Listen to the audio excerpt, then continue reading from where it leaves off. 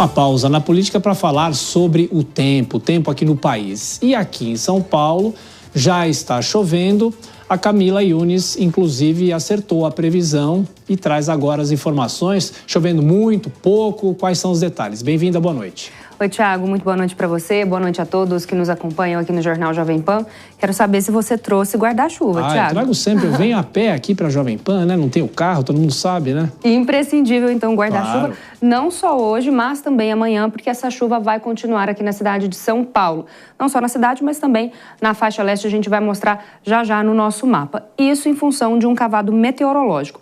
Neste momento, a gente tem uma chuva que não é forte aqui na cidade de São Paulo. Ao longo do dia, teve uma garoa, essa chuva ficou um pouco mais forte no final do dia, mas não é aquela chuva tão volumosa. Mas claro que para a nossa saúde, em meio a tanta secura, já dá um alívio, né, Thiago?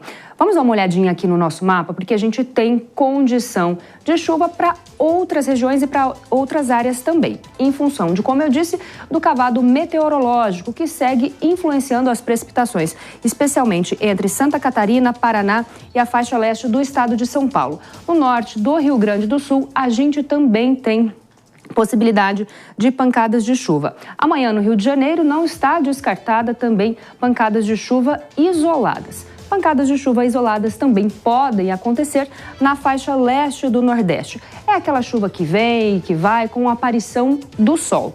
Tem possibilidade de chuva também aqui no norte do país, especialmente entre Amazonas e Roraima. Agora, vamos dar uma olhadinha no nosso próximo mapa, porque estamos falando de chuva, mas a preocupação para essa época é a seca e a estiagem. A gente tem, olha só, o nosso risco, o mapa de risco de baixa umidade e toda essa área em vermelho, portanto, o estado de Goiás, Tocantins, Mato Grosso, boa parte do estado de Minas Gerais, Piauí, tem alerta, umidade relativa do ar entre 20% e 12%. Na faixa leste aqui do estado de São Paulo, eu disse que tem chuva, então isso ajuda bastante, na nossa respiração. Então, aqui o ar melhora um pouco, mas no interior do estado de São Paulo, a umidade relativa do ar continua bem baixa, inclusive com as temperaturas se elevando bastante ao longo do dia. Hoje, a Defesa Civil atuou em 5 ocorrências de incêndio aqui no estado de São Paulo. Mas falando um pouquinho de temperaturas, as temperaturas ficam um pouco mais baixas no centro-sul do país. Então, áreas do Rio Grande do Sul, até áreas aqui mesmo do Sudeste, a gente tem o dia amanhecendo com frio, viu? Olha só, aqui na capital paulista, amanhã, o dia amanhece na casa dos 15 graus e chega aos 23 graus, com possibilidade de chuva durante todo o dia. No Rio de Janeiro, mínima de 18 e máxima de 30 graus. Em Porto Alegre, mínima de 11 e máxima de 20 graus, sem condição de chuva para a capital gaúcha. E em Rio Branco, a gente tem mínima de 17 e máxima de 32 graus, também sem condição de chuva. E o sol aparecendo na capital do Acre, viu, Thiago? Olha, Camila, eu me lembro muito bem na crise hídrica aqui em São Paulo, 2014, 15, que a gente acompanhava diariamente o nível dos reservatórios que abastecem aqui a Grande São Paulo. Qual que é a situação nesse momento? Claro que ainda não é uma situação gravíssima, mas é algo que requer cuidados, né? Porque não está chovendo, claro, esse período não tem chuva, mas e agora? Depois, em setembro, outubro, será que os reservatórios vão se recuperar? Pois é, Thiago, a expectativa é de que se recupere, sim. A primavera vai trazer de volta a chuva, mas isso de forma gradual, ao longo da primavera. Pode ser, inclusive, que em função do Laninha a gente tem uma chuva um pouco acima da média aqui no Sudeste. Mas a situação já acende um alerta, muito em função dos níveis dos reservatórios. A gente tem esses reservatórios aqui na região metropolitana de São Paulo em torno de 38%. Então, operam com 38% da capacidade. Você até falou, Thiago, da crise hídrica de 10 anos atrás. Para a gente ter uma ideia, lá em 2014, os mananciais operavam com 12% da capacidade. Em 2015, caiu para 9%. Então, muito abaixo. Claro, não é a mesma situação, mas requer atenção.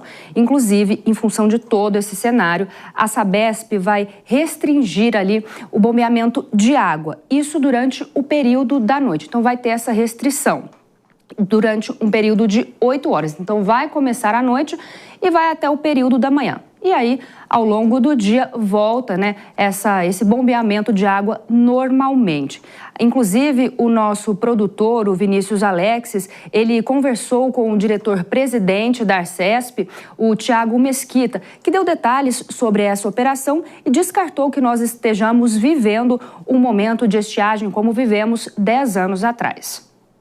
Nós temos hoje um sistema muito mais resiliente, com muito mais ferramentas do que tínhamos na época lá da crise de 2014 e 2015. Fizemos grandes obras que ficaram prontas já desde 2017, 2018, que tem capacidade de trazer muito mais água para o sistema. Então nós hoje temos muito mais capacidade de atuar para evitar que se chegue a uma situação equivalente a que se chegou em 2014 e 2015. Por isso que eu digo, não é uma crise, é uma medida preventiva, é uma medida conservadora. Não sabemos como que vai ser o comportamento de chuvas agora no futuro. Nós estamos num ambiente de mudanças climáticas em que as previsões muitas vezes não se confirmam e por cautela, por prevenção, nós estamos tomando essa medida de preservação dos reservatórios, de redução de perdas, de retirada da pressão num período de menor demanda, em período em que se perde muita água e se consome pouco, para guardar essa água nos reservatórios, que é uma água importante aqui para o abastecimento. Pois é, Tiago, e essa medida vale não só para a capital paulista, mas também para toda a região metropolitana e vai começar a valer a partir de amanhã, quarta-feira. E a gente ainda não tem uma data de quando essa medida deve ser revogada. A expectativa é de que seja com o retorno das chuvas e aí deve ser com a chegada da primavera, Tiago. E só lembrando que essa medida foi adotada também na crise hídrica em 2014 e 2015, mas pelo menos agora há uma transparência muito maior, explicando para a população efetivamente o que está acontecendo. Você volta na programação da Jovem Pan. Camila, bom descanso. Obrigada, Tiago. Boa noite.